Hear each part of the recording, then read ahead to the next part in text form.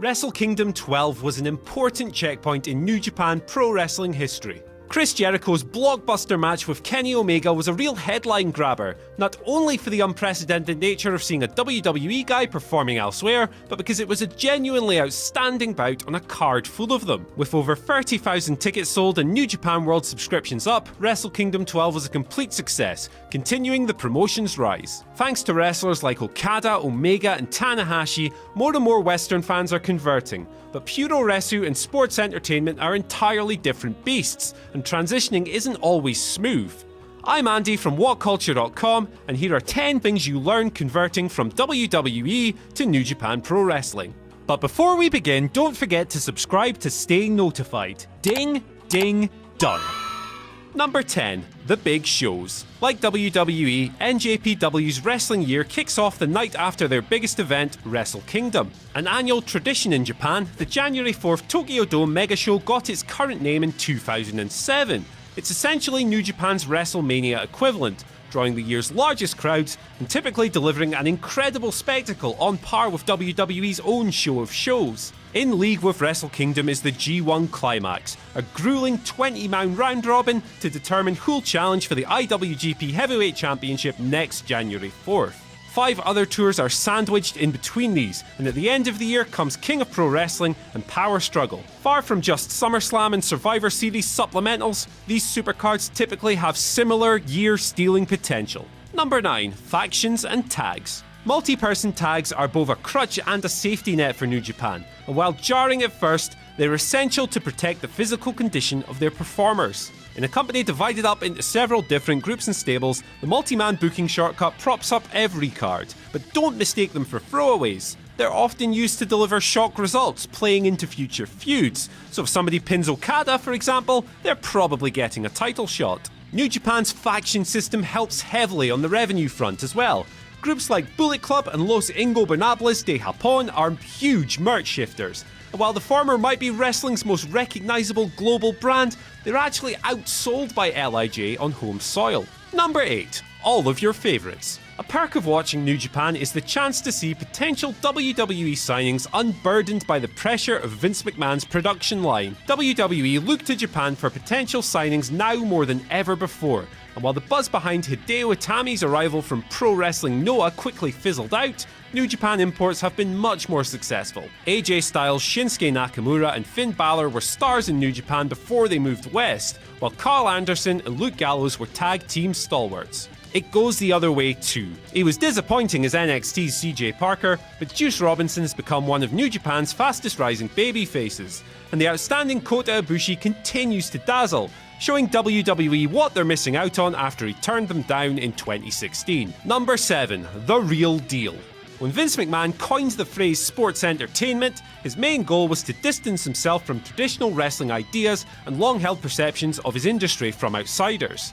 Regardless, his product is more in line with New Japan's King of Sports universe than he'd care to admit, particularly with New Japan doing a far better job of presenting both the entertainment and the sport. Bell to bell, the product is still a physical test above all else. Matches are dramatic, athletic pursuits, but athletic pursuits all the same, with levels of violence deeply embedded in their psychology. Wrestlers become champions because they can believably be considered the best, and when that's not the case, they're booked as such until perception and reality meet. Competition is emphasised, and with contenders held to similar standards as the champions, it feels like a legitimate sport. Number 6. There's juice loose about this hoose. New Japan is f***ing great, but not highlighting this obvious criticism wouldn't be fair to new fans. In 1994, Vince McMahon was found not guilty of charges relating to the use and distribution of steroids among his roster in the 80s and 90s. In 2006, he was forced to implement a stringent wellness policy amid spiraling wrestler mortality rates. These gambles show just how much he valued the superhuman looks of his performers, but New Japan get just as gooey for vascularity. The company's palette of physiques is much broader in general, but the bigger guys are, well, big looking guys. You're just as likely to see a ripped, chiseled specimen in Japan as in WWE these days. Isn't that right, Katsuya Kitamura? Number 5. Multiple finisher psychology. This formula has been robbed and bastardized by WWE. The repeated use of finishers in major New Japan matches carries far more heft than John Cena yet again hitting free attitude adjustments or Roman Reigns attempting his 7th Superman punch. Top stars summon unthinkable fortitude to rebound from finishers, portraying incredible fighting spirit, only to suffer the after effects moments after the adrenaline rush. The drama and triumph wrapped in a split-second comeback is given ample space by the ensuing exhaustion, and this delayed selling is an exhilarating trick missing from WWE's theft of the idea. Finishers like Kenny Omega's one-winged angel are still protected, and outright kickouts are rare, but fighting spirit psychology is prevalent in every big New Japan match. Number 4. Young Lions. An outstanding way to build talent on and off screen, the Young Lions Rookie Development Program spotlights the path NJPW icons must travel to glory. It is the best reflection of a meritocracy in pro wrestling, capturing a semblance of reality in a scripted world. Young Lions train through the brutal NJPW dojo, working on their in-ring skill while serving as ring crew, arena security, and baggage handlers to the stars. Entrenched in the business by the time they debut, they're only afforded basic black trunks and boots by New Japan as they work to get over ahead of a foreign excursion to further find themselves as performers. The formula isn't flawless, but Jushin Liger, Shinsuke Nakamura, and countless others have all started as Young Lions. Battered and bruised these trainees may be, but the stars deep within them shine brightest. Number 3. Working for it. While the WWE network is as accessible as it gets, New Japan's English content? Not so much. New Japan World is a treasure trove of 5-star matches, but its search function is a mess and the translations are weak.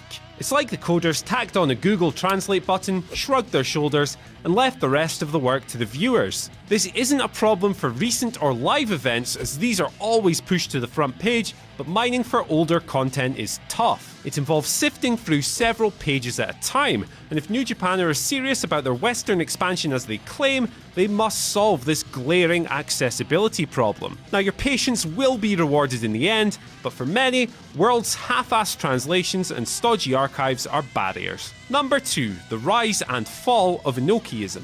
Experiencing the joy of New Japan's cutting-edge product is enhanced by reflecting on how it almost never came to pass, all thanks to its founder's catastrophic booking. Antonio Inoki controlled New Japan Pro Wrestling from 1972 to 2005. His embarrassing 1976 shoot fight with Muhammad Ali was a fine example of wrestling and real combat sports failing to fuse. Unfortunately, Inoki failed to heed this lesson by almost tanking his company with the same philosophy nearly 3 decades later. Attempting to piggyback MMA's popularity in Japan, he sacrificed stars like Katsuyori Shibata, Yuji Nagata, and Shinsuke Nakamura to shoot fight kickers Mirko Krokop and Fedor Emelianenko. Many MMA fighters came over to New Japan too, with super heavyweight Bob Sapp even lifting the IWGP heavyweight title. Revenues and attendances plummeted, until video games company Yuke's purchased 51.5% of the company from Inoki, rescuing the sinking ship.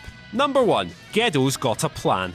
He's far from infallible, but New Japan creative force Gedo is renowned for his patience and planning as a booker, inspiring a level of faith from his audience that's virtually invisible in WWE. Vince McMahon's erratic character development renders long-term investment moot. The best performers get a solid arc between the Royal Rumble and WrestleMania, but countless wrestlers have had their motivation shifted on a weekly basis, and forward momentum is rare. New Japan's process couldn't be any more different, and the satisfaction that philosophy provides resonates throughout the entire organisation. Your patience won't be punished, it'll be rewarded, as long-term angles usually pay off. At Wrestle Kingdom 12, Kazuchika Okada defended his IWGP Championship against Tetsuya Naito, despite the challenger's incredible momentum. Worldwide, fans were stunned. But unlike Roman Reigns at the 2015 Rumble, there was no bandwagon to cancel streaming subscriptions. Fans know that eventually, Naito's time will come. Gedo's steadfast reputation as a booker has earned that trust.